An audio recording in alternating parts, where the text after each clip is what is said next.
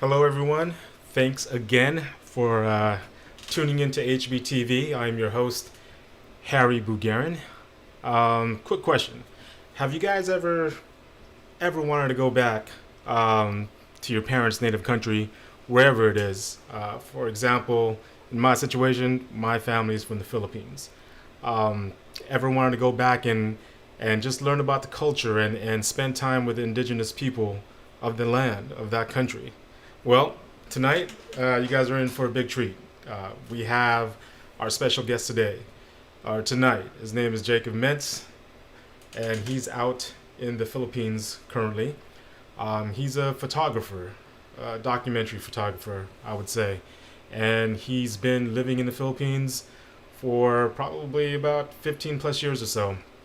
And he's involved in a project which documents the indigenous people of the Philippines, and I'm very excited to talk to him about it.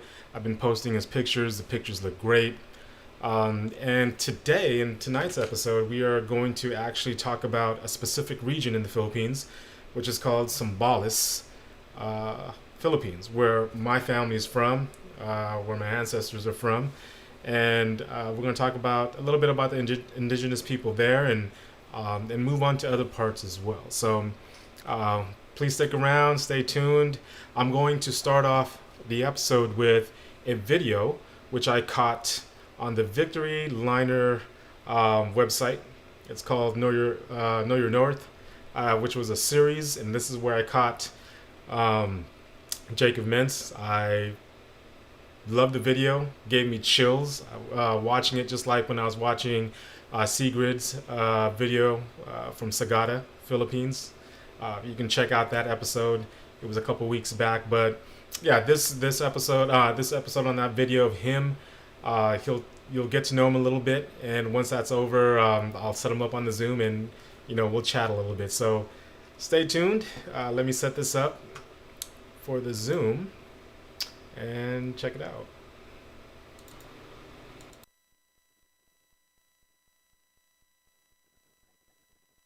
Sorry for the YouTube.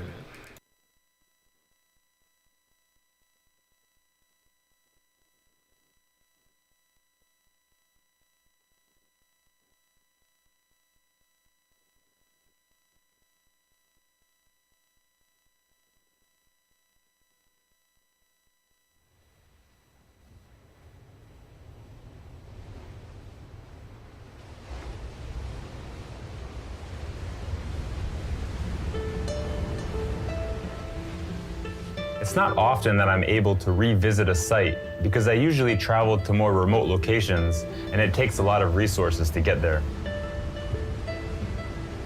This area of the Sierra Madre is different though.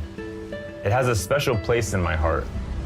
My visit in 2011 was really transformative because it was here that the idea for Project Katutubong Pilipino happened. Although I stayed in the Philippines already roughly 7 years in 2011, visiting this area was unexpected and marvelous. The challenge to get here alone on a 16-hour boat ride from Aurora was an adventure. The remoteness of the location, with its rich natural resources, felt like a different world from other places in the Philippines I had been. It's a place not many people have traveled to. Everything was new to me. Macuanacon is such a secluded part of the country and offered the authenticity I was looking for.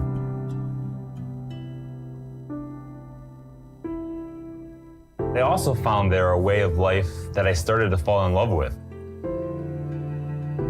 The unspoiled beaches, rivers, and forests, the beautiful indigenous people, and the simple way of life that could touch any traveler's heart. The Agda communities had a rawness and innocence about them.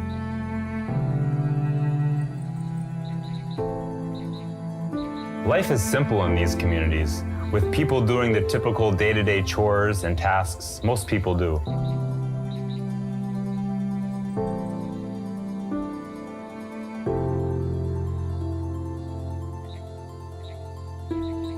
The men will spend the day hunting and gathering food, while the women generally stay back and watch the children.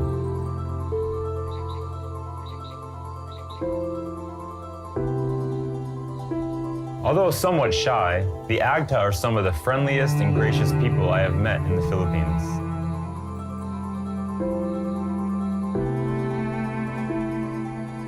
They welcomed me into their communities and shared what little they had with me.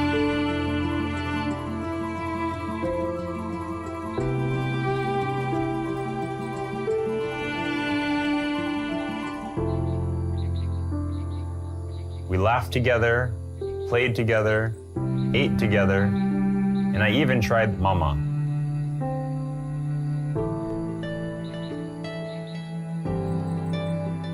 The communities we met seemed happy with what they had, which by most people's standards is not much. The possessions they own are very little. A few pairs of clothes, a simple covering to keep them dry, and tools they need to get food.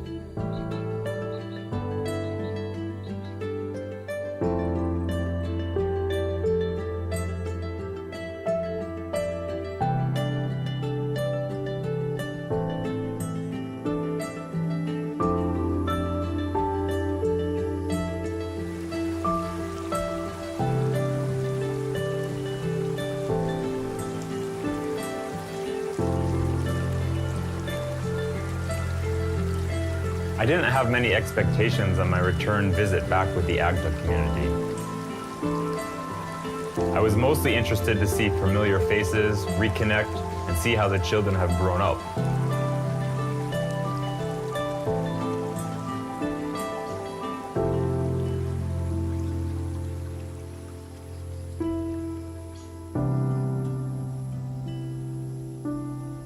A part of me expected that life was probably going to be very similar to how it was during my first visit.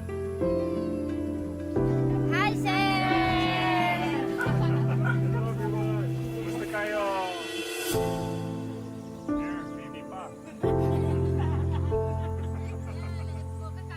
It was great to be back and just know that the Agta remembered me. Seeing the shyness on their faces, which eventually opened up with smiles while sharing old photos with them.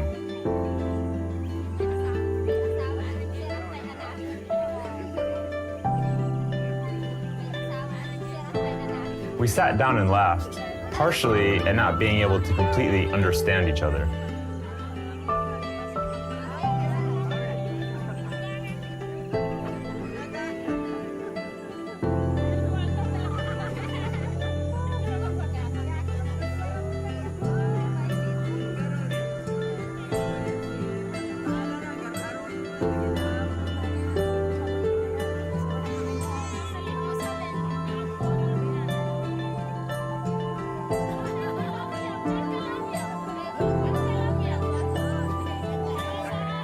I often forget how powerful photos can be as a conversation piece and help bridge divides.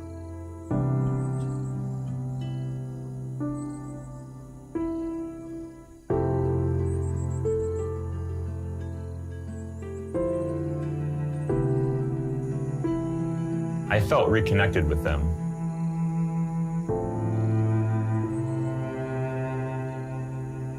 It was important for me to take time to reflect back on my previous visits.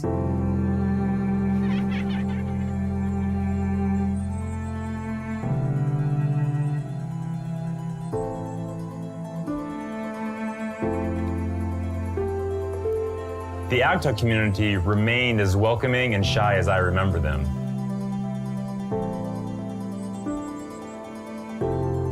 They embraced me again, even though my visit was short.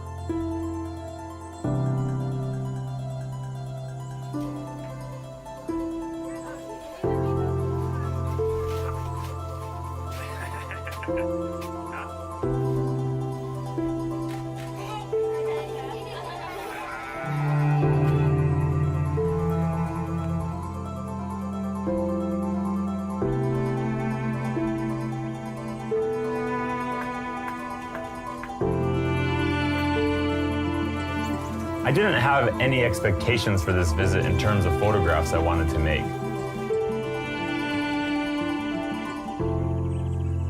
This is unusual for trips like this, but it was refreshing in a way as well.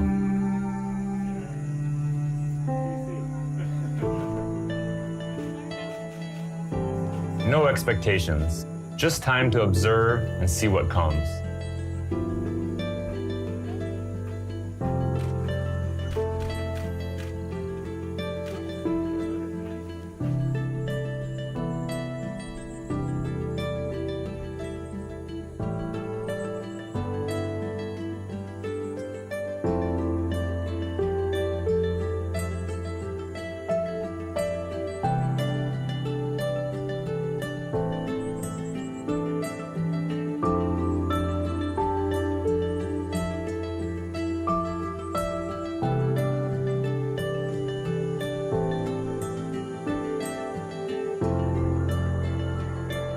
One of the biggest attributes with all the different indigenous groups in the Philippines is their strong connection to the land and nature.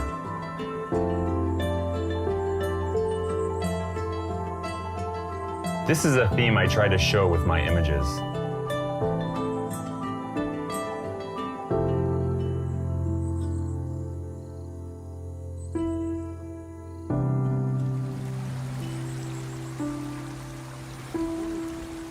It was meaningful to me being back in the water with the fishermen.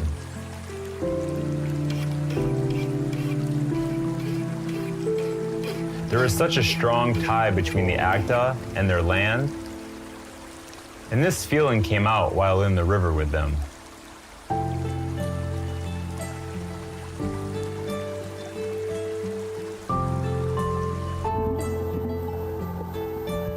The Agda have depended on the forests and rivers of the Sierra Madre for thousands of years. Increased migration will put more pressure on the forest, even though it's protected.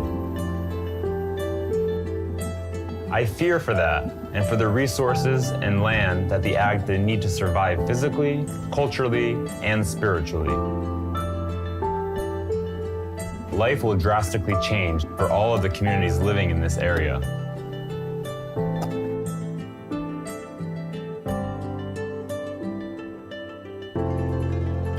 Modernization will slowly start to wear away one of the last remote places in the Philippines.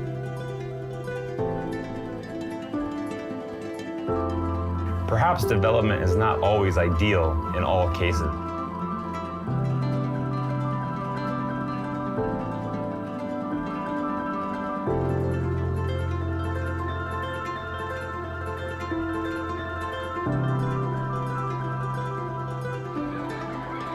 It felt like time could have stood still for the 6 years I was gone. The same houses, same faces, same daily activities. And it gave me a deeper sense of how life is there. I somehow felt a stronger connection to the people and the land. It felt like I never left.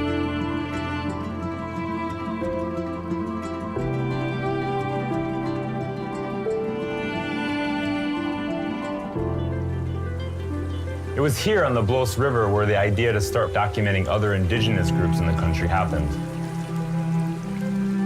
In a way, I have come full circle, although the project still moves forward. There has been a lot of growth in my life since my last visit, particularly because of all the experiences and indigenous communities I have met over the course of the last 6 years. I have learned so much, and there is still so much to learn and discover.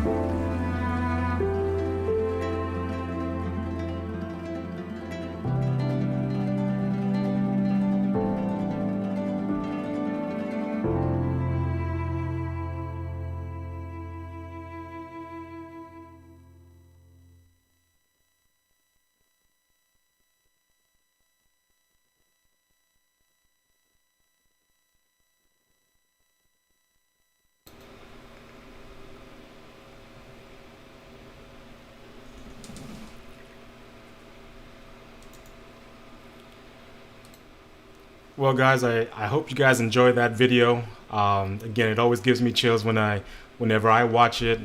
Love it. Love learning about the Philippines and my culture and also the indigenous people out there. So Yeah, so stay tuned. I'm going to set up the Zoom really quick with Jacob, and we're going to come back and we're going to talk a little bit. So please stay tuned. I'll see you guys in a bit.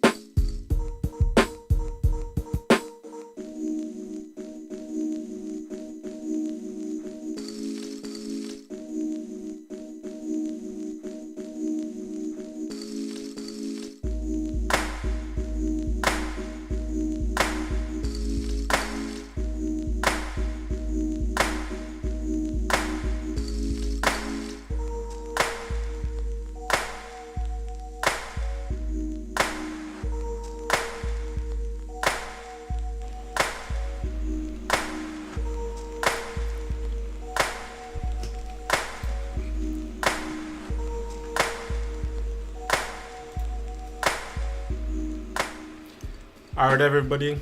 I'm going to go ahead and bring in Jacob. He's on the Zoom with me. Again, just a little bit about him. He's been on this project for 10 plus years, documenting the indigenous people in the Philippines. And he's done a lot of other projects, but tonight, specifically, we're going to talk about the Philippines. And again, I'm going to give a shout out to my area in the Philippines, Zambales, Philippines. So we're going to talk a little bit about that. So please welcome and help me welcome Mr. Jacob Maentz. Hi, everyone. Thanks for having me, Harry. Thank you. Thank you. Can you hear me okay? I can hear you fine. Yeah, I appreciate you showing that video as well. It's really inspiring. And actually, I'd like to give a quick shout out to Gabi Malvar and the Extra Mile Productions who produced that video. We've actually collaborated on a few projects together over the past 5 or 6 years. Our first one was when we went to Tawi Tawi together, and then they produced this series for the Victory Liner and the Know Your North, and it's amazing the stories that they're putting out there, and they're bringing stories that are really unknown about the Philippines. That's awesome. So I encourage people to really check out that series of videos that they do. And we actually have a new one coming out about Sulu that we did with Gabi and the team as well, which should be coming out, hopefully next month. So we'll put out sort of smaller segments of the whole documentary. And that was shot, a couple of years ago. But I've seen some of the preview videos, and it should be good. So that's awesome. Well, again, everybody, this is Jacob Maentz. Okay, so Jacob, this is the first time that we're really getting to talk, and if you can do me a huge favor, just for the viewers, for the millions of viewers that are about to watch this after, please tell us a little bit your 30-second elevator speech of who Jacob Maentz is and what do you do?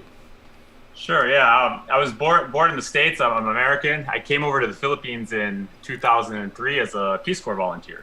So I spent 2 years in Palawan doing environmental education, doing marine and seagrass bed surveys for Palawan. And I've basically been here ever since. I didn't really leave. I went back a few times to the US for some work. But I picked up photography. It had always been a passion of mine ever since my college days. And I decided to really kind of dive into it and see where it would bring me and see what stories I could put out into the world.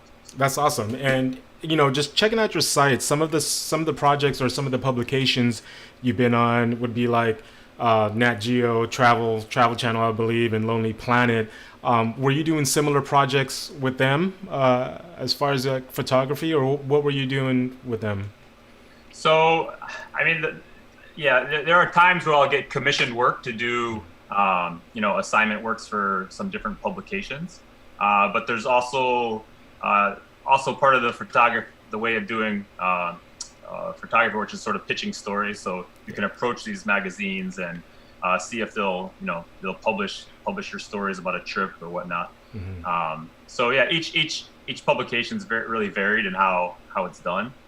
I would say most of them are pitch stories, so I can really get out there and do the work and visit the places that I want to personally, and then after the fact, maybe try to bring that story into a bigger publication to get the message and the story out. That's awesome. That's awesome. Again, you're watching HBTV, the show, with your host, Harry Bugarin, and our special guest tonight, Jacob Maentz. So, Jacob, going back to the Philippines, right? Going back to the Philippines, what you're doing now, you have said that you've been on this project for about 10 plus years, right? Yeah. The video talks a little bit about, I guess, the inception of what inspired that project. So please talk to us a little bit about that, like what inspired you to do this, to take documents, pictures of the indigenous peoples of the Philippines? Right. I mean, I think at first there were different reasons why I wanted to dive into this project, and my reasons have sort of changed over the past decade of doing the project, as I've learned a lot from visiting these communities. I think at first, I was quite interested in not only the differences, but also the similarities, right, between not only myself, but kind of like mainland Filipino lowland society, and the differences to the indigenous communities, but also the similarities as well. And at first, I dove in thinking a lot of these indigenous communities are sort of fading away, dying. Their languages are dying, which in some areas this is true, but in actuality, it's more that the indigenous cultures are sort of changing over time and adopting and transitioning sort of their traditional ways and sort of the more kind of Western modern ways that are more widely adopted, right? So over time, I've sort of seen the transition. And cultures are changing, but not really so much disappearing. Okay. And that's very inspiring. So yeah, what kind of led me initially to the project was sort of this uniqueness of these communities, places I had never seen before, but also the connection of the indigenous people to the land, and that's something that sort of has been in my worldview ever since I was a kid. So I think that kind of connection really brought this project to light. And that's awesome. And just. You mentioned it, about us being Filipinos. Again, myself, I'm a Filipino American, and I feel that I have that disconnect with our country because we're not there. And so when we had, your friend, Sigrid, like she was like a primary source for us to learn about the culture, to learn about that history. And now you yourself taking these documents of the pictures of the different tribes and the different people. So it's always amazing to me to see that. It's always enlightening. It's always humbling. I feel like more connected seeing things like your video, going through the different pictures that you posted. So it's really cool. And what I want to do now is go and talk about a little bit of the pictures that you have taken. If you guys can just follow me on this screen right here. And Jacob, can you see this screen, or you can see it on your... Is it, let me see. I think there's a delay here. Okay. I can't see it on my end.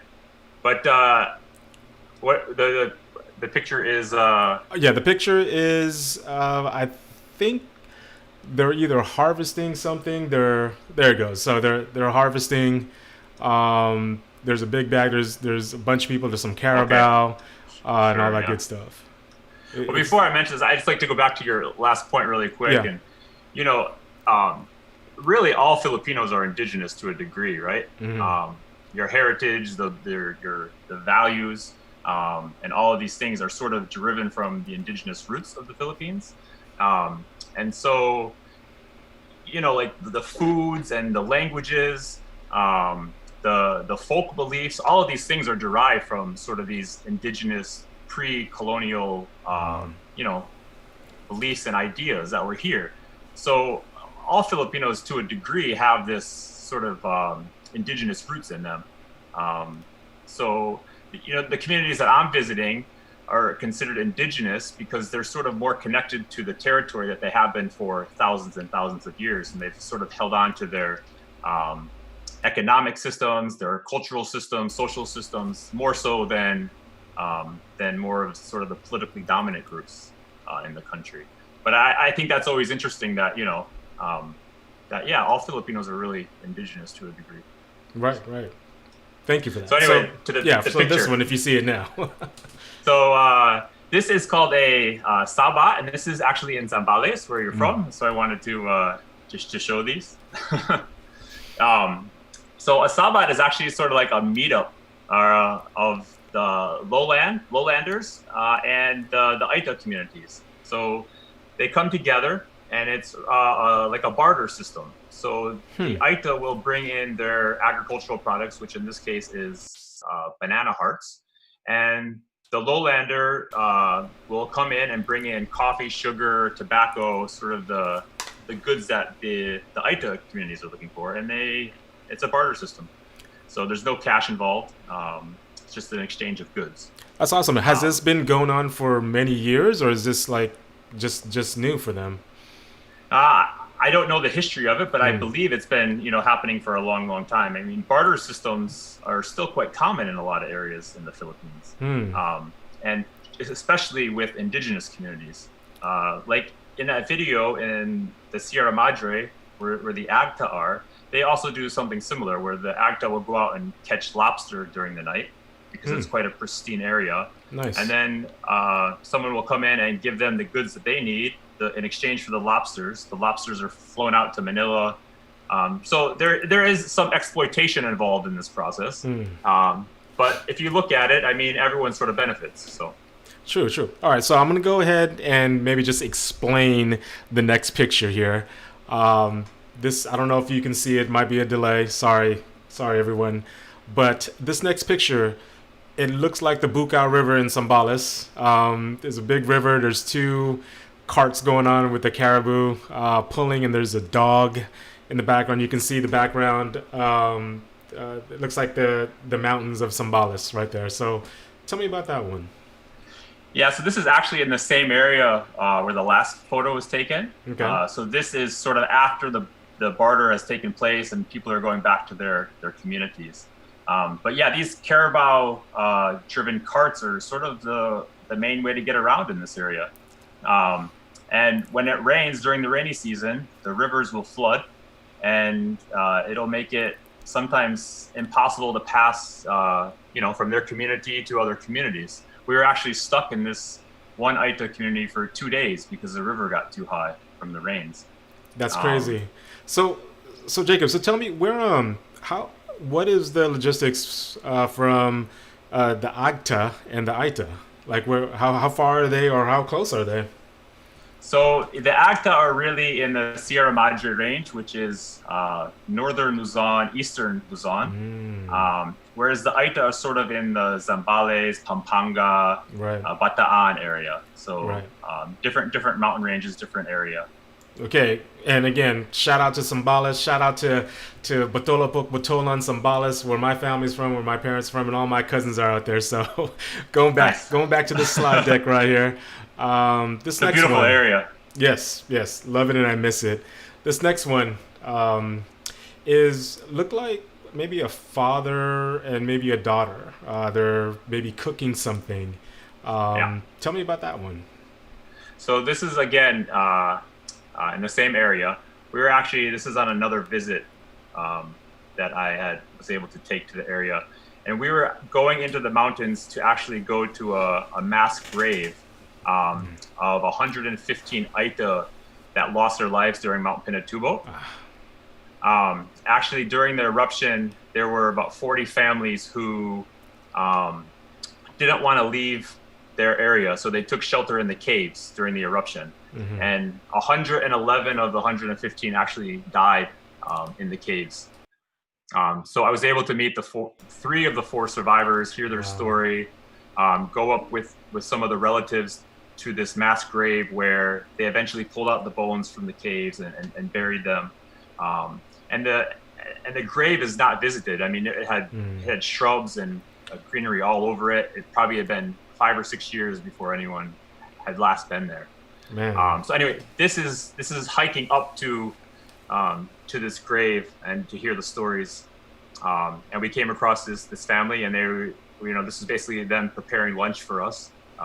And this is how a lot of the cooking is done in a lot of these areas. That's awesome.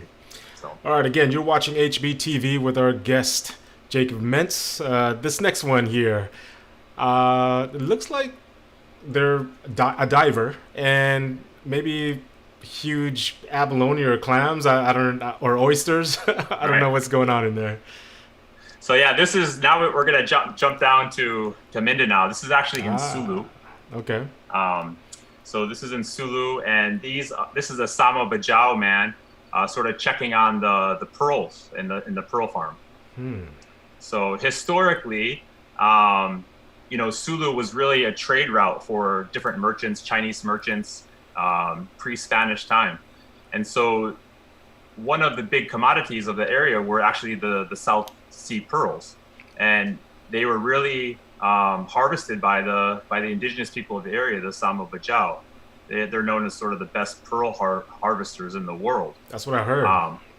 So they can stay underwater for like 5 or 6 minutes. They're some of the best free divers in the world.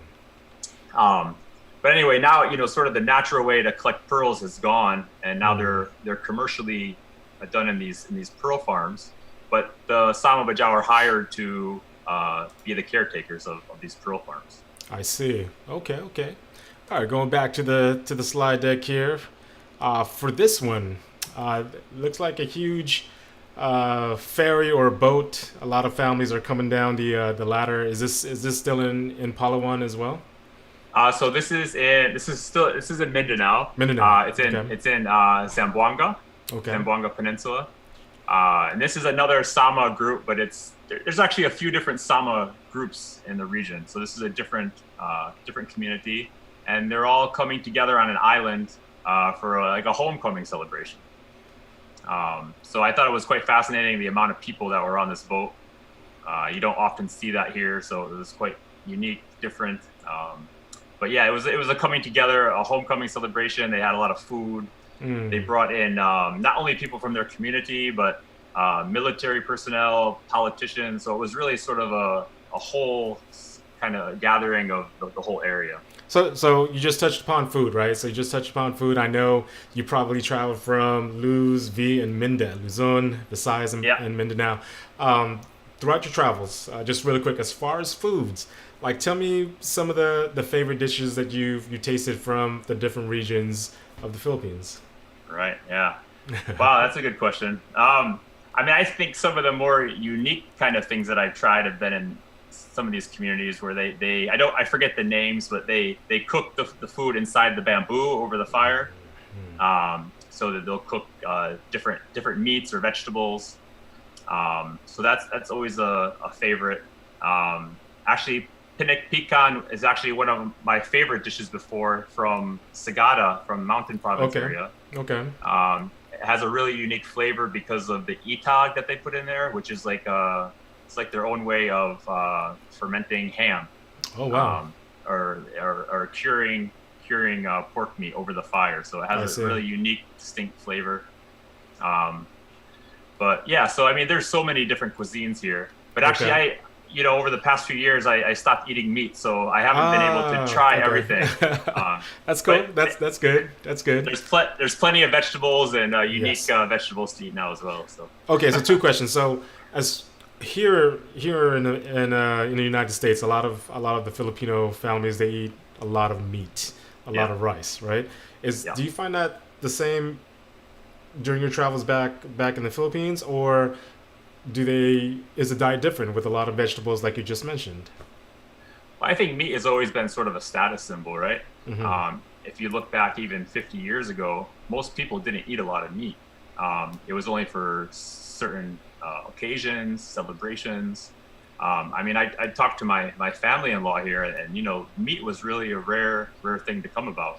But now that's changed a lot because there's more access to meat products. Sure. So, but in these indigenous communities, I would say meat is still a rarity. So the biggest source of their diet is really root crops, rice if they can afford it, and vegetables that they grow on their own. Yeah. So meat is still in these sort of more remote areas. It's not as common as it is in the city. And I think health-wise, you see the disparities as well because of that. Absolutely. And when I was on with Sigrid, we talked a lot about the mushroom. So last question about food, Jacob. When you were eating meat, did you eat my favorite dish, dinaguan, and did you have a chance to eat that balut? I've tried both of those, in the past. Yeah. And balut for me, it was more of the, what it is, sort of, not the flavor. The flavor was fine from what I remember. Yeah. That's awesome. That's cool. You're gonna get a lot of points from a lot of the Filipinos who are watching this. That Jacob, he did get the dinaguan. I tried ant larva, and I've tried all kinds of weird things. And, that's awesome. That's cool. All right, so going back to the slide deck, just want to talk about a few more of your pictures here. So this one looks like there's a little boy on a canoe or a boat. All right. What was going on with this one right here? So this is actually in Agusan Marsh, which is in the northern part of Mindanao, and this is sort of one of the largest wetlands in the country. It's a huge area. It's a protected area, but it's also home for the Manobo people. Okay. And it's quite unique because a lot of the homes in this area are actually built on the water, so they're floating.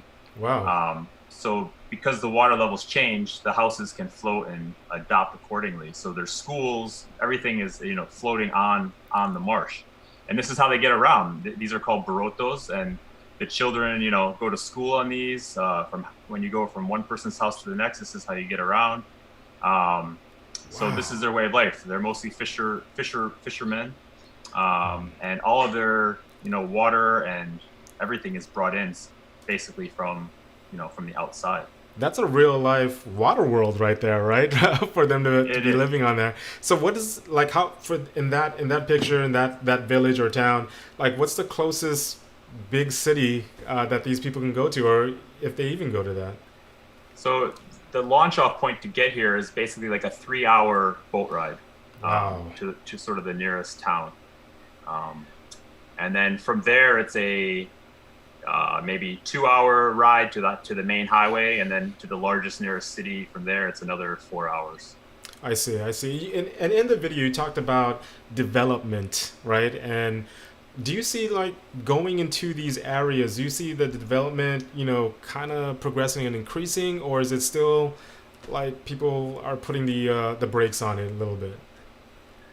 Well, development is really, a lot of the development in these areas is sort of these big companies coming in and extracting resources without the permission or consent of the people living on the land. So, mining companies, big agribusiness. Development is a good thing, but it should be done on the own terms of the people living on the land. It shouldn't sort of be forced upon. And in so many cases, it's the latter. It's the way that these companies come in and basically either fool the people or bureaucratically go around and do these projects that are harmful and are not approved by the indigenous people living on in the area. Right. Well, we're not going to get too political or too into that kind of stuff on this show. But that'll be another episode or another show. But let me go ahead and get into your next picture here, which looks like I don't know what type of bird that is, but it looks beautiful. It looks like a flock of birds, geese maybe flying in the Yeah, so in the this sky. is it's in the same marsh. I mean, it's a beautiful area, and it's a sanctuary for I think over 200 birds. So I mean, it's spending a few days in this marsh is incredible. I mean, the sunsets and the sunrises and the animal life. And this is actually home to Lolong, who is the largest captive crocodile in the world. He What? died already, but he's from this marsh. So Wow. it's a lively place, and How big was that? How big was that croc? I forget how long he was. He's on display actually at the National Museum in Manila Okay. now. But yeah, he was the largest captive crocodile. I forget. There's pictures of when they got him out of the marsh. There's like I don't know, probably 30 men that had to pick him up and get him out. That's crazy. This next picture here, I don't know. It could be the Middle East. You know what I mean? Look like there's a bunch of trucks, a couple of trucks coming out of this area. Like, what is this? And did your team? Obviously, they have drones that help out with the production and get this type of content and footage. Yeah, so I use a drone for a lot of the work that I do because it just really offers a unique sort of perspective on things. Awesome. So this is actually a big open pit mining operation, sort of nearby the marsh. So it's just really to show that, like we were talking about development wise, right? So this has been going on for decades and decades here, but it's actually the ancestral land for the Mamanwa people, which are sort of near this Manobo community. So they've all been displaced. So yeah, there's a lot of social problems. There's a lot of course, environmental problems because of these operations. Right. And like in terms of the marsh, right? So the mountains, the marsh is really like a catch basin for all this water. It's like 15% of all the fresh water in the Philippines is found in this marsh. But all of the mining, the deforestation in the hills, all of that siltation is now coming into the marsh, changing the ecology of the area. So there's a lot of environmental impacts because of these things. And these are some of the main issues that indigenous people are facing is sort of displacement from their land Right. grabbing. And it's a common thing, not only in the Philippines, but really with indigenous communities worldwide. Absolutely. And again, you're watching HBTV, the show with your host, Harry Bugarin, and our special guest, Jacob Maentz. Yeah, so as far as mining in that picture, what are they mining? What type of resources are they taking from there? This is actually the largest nickel ore mining operation in the world. Wow. It's amazing. And nothing is processed in the Philippines. It's all sent out to China, Japan for processing.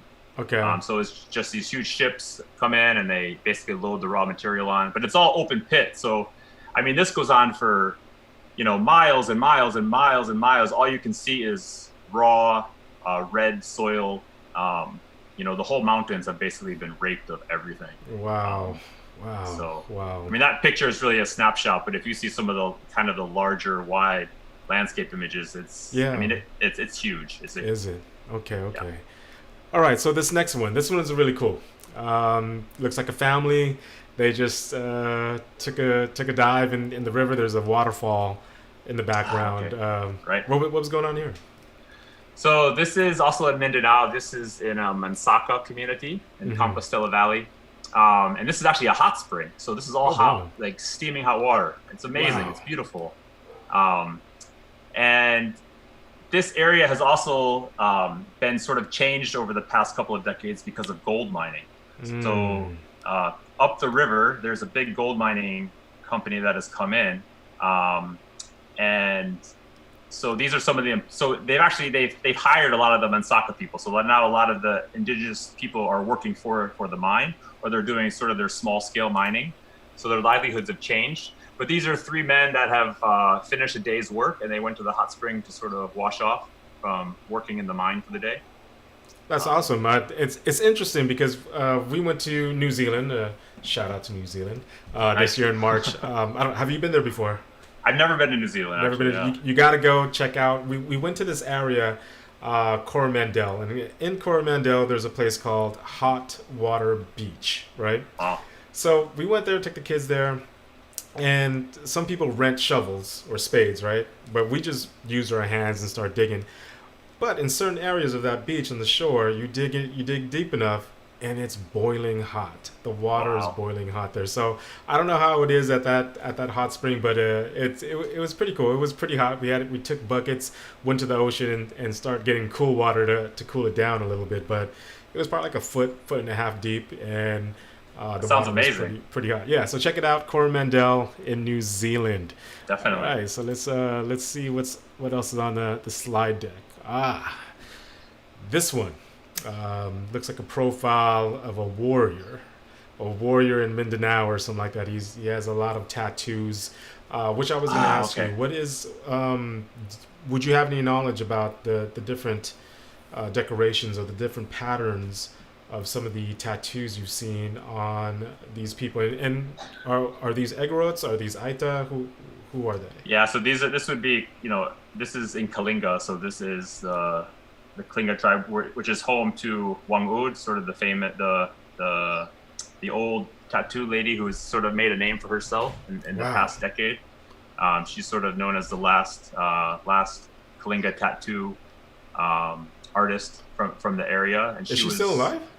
She's still alive. She's still tattooing. She's in her 90s. Wow. No one knows their exact age because they don't know when she was exactly born. Uh-huh.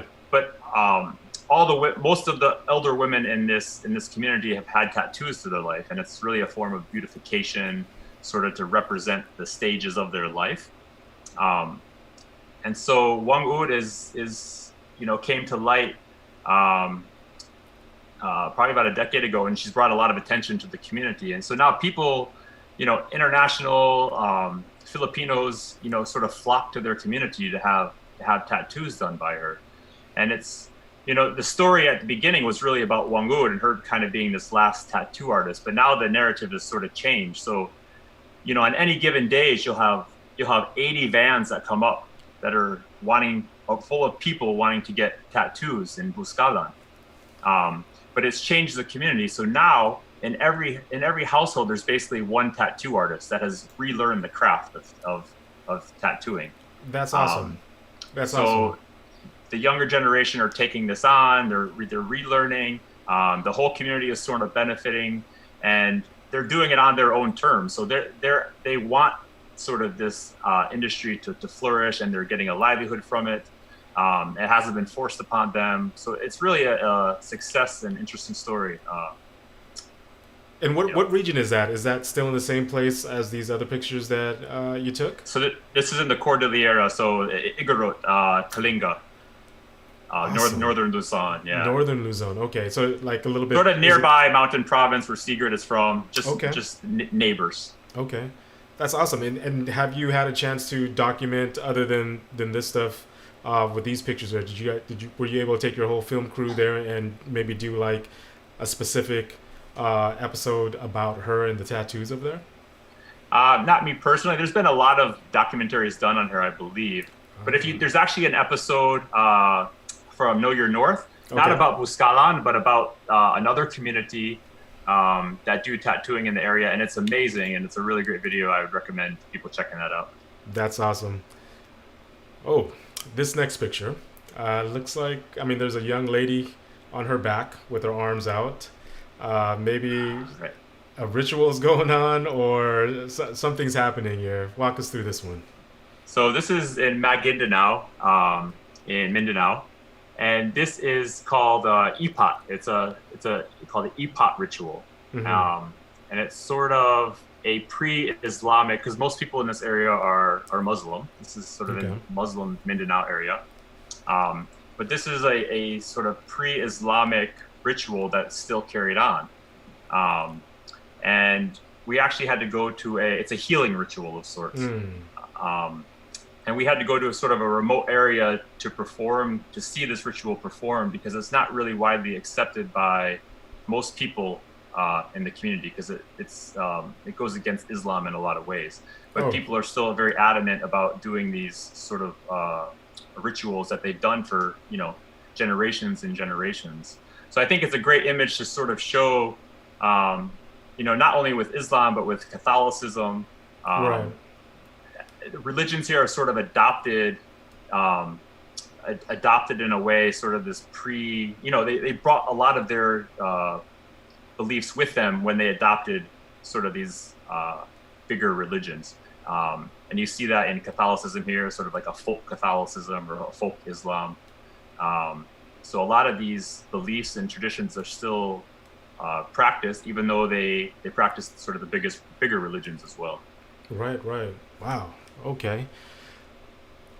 So this one looked like it's a tug of war happening, like a big game happening in the river with the tribe. A bunch of kids, looks like a bunch of families as well. What's happening here? So this is in Ifugao now. We're back up in Cordillera, up in Luzon. Mm-hmm. And this is called a punok ritual, which is a post-harvest rice ritual. And it's a celebration where a few of the barangays from the region come down, and they have a friendly game of tug of war in the river that runs through the rice terraces. And it's a happy sort of festive occasion, celebration for a good harvest. And there's a lot of sort of rituals that are involved before this aspect of it, the day before with the elders. But yeah, this was brought back to life, I believe, in the early 2000s as a way to kind of hold on to pass down to the younger generation some of their cultural beliefs and customs and rituals. So this was brought back. No, that's awesome. And this I believe this is our last picture on our slide. There's a little girl. You're focusing on her face, and I believe maybe her little brother's in the background. What's going on here? For the longest time, I love doing portraits because I love seeing the faces of people. So yes. I just wanted to show a portrait. This is Mil, and she's a Tawat Batu child and from southern Palawan. She's a beautiful young girl, and I just really enjoyed. We spent actually 4 days with their family, staying with their family. So this is just a portrait of her, and it is her brother in the background. Yeah. Sometimes portraits can tell a lot. Sure. Now those are all beautiful pictures, and everybody, you can check out all those photos that are on Jacob's website. Just Google them. I'll have his description in the video once it's over. So just really quick, couple more questions before I let you go. As far as the Philippines, what drew you and kept you there, and what do you love about that place so much? You've been there maybe 15 years, I would say. Yeah, time flies. Yeah, it's been something like that. Yeah, I mean, the people, I think, really is what make the Philippines such an amazing place to be. The sense of community here, which is so different, sort of how I grew up. We're really focused on sort of the individual, whereas here it's really about the community and sort of everyone helping out to make things work. And that's sort of a common theme you see everywhere here, and I think that's a pretty big draw. And also the diversity, on the surface, it doesn't necessarily seem like a very diverse place per se, but there's 175 indigenous languages here. Yeah. And it's extremely diverse in people and languages and in culture, and I think that's really inspiring. So yeah, that's another draw, I think. That is so awesome. I'm looking forward to hearing more about your projects, about what you're doing. Love to have you back on the show and chat with us again in the future, as far as some updates and any new things that you're going to be doing. Anything else you would love to tell the viewers? Any shout out to your peoples or any projects for us to look out for? I just appreciate you having me on. It'd be great to come back on again. I'm working on a book at the moment, actually, sort of like a compilation of the last decade of work, which hopefully will be out this year. So be on the lookout for that. And it'll be just another way to sort of have something physical and be able to kind of start a conversation about some of these things that we talked about today. And will that be on Amazon or like Barnes & Noble? How would they be able to get a hold of that? Still working on all the details. It'll probably eventually be up on Amazon. It'll be on my website for sure. So there'll be ways to get access to it. Yeah. Okay. Well, Jacob, thank you very much for your time. I do appreciate it. Look forward to hearing more about you. Love and success to you and your family and everything that you're doing out there. Stay blessed, stay safe, and thank you for joining us. I appreciate it. Thank you, Harry. Thank you. Take care. Take care. Well, that was an episode with Mr. Jacob Maentz. Check him out. I'll have all the descriptions in the video. I hope you guys enjoyed it. I learned a lot. It was really cool to see the Philippines in different regions and different places that I've never seen before, and that was just a touch of it, right? Yeah, so check it out. I'll leave his website information and his IG account on the description. Check him out, follow him. If you have any questions, he's really cool, right? So just reach out to him. But that's it for today. Thank you for sticking around and watching. We have another episode this Sunday on Hbtv, the show. We have a guest all the way from Winnipeg, Canada. His name is Charles Venzen. He's a photographer, does some content. He's an artist, skateboards. He's a dad. He's great people. So can't wait to catch up with him. Again, that's this Sunday at 6 p.m. On Hbtv. So again, we're here to inspire, influence, educate, and empower. Thank you, everybody. Thank you for reaching out to your different peoples to get guests on the show. Looking forward to having more and contacting more people. DM me, message me, email me, whatever. Get to me, and I'd love to reach out to any of your contacts who would express interest of coming on the show. Quick shout outs to 808 Soul Company. Quick shout out to Anitra Creations, personal chef. That's all in the description. Get at them for 808 Soul or Aloha Outfitters on IG. He makes masks, masks like this. He can customize the mask, put a logo on it if you need to. And Anitra, she also bakes and cooks Filipino food and whatever you need. Just hit her up on IG. And also, just one more, I just want to give another plug out to, I think his name is Carlos Diaz, CD Plumbing. This week, my AC unit went out. Okay, the AC unit went out. I thought it was going to be like $1,200 or more, but Carlos came in. Shout out to Ben Bulatao for giving me the number. I'll put Carlos's contact information in the video description. But he came in, he fixed it, put some Freon in, and it works perfect now. So if you guys ever need any plumbing or AC done at your house, call up CD Plumbing. Carlos Diaz, great guy, just a great guy to work with. Okay, so I'll see you guys. You guys stay safe, have a blessed and safe weekend, and I'll see you guys on Sunday. See you guys later.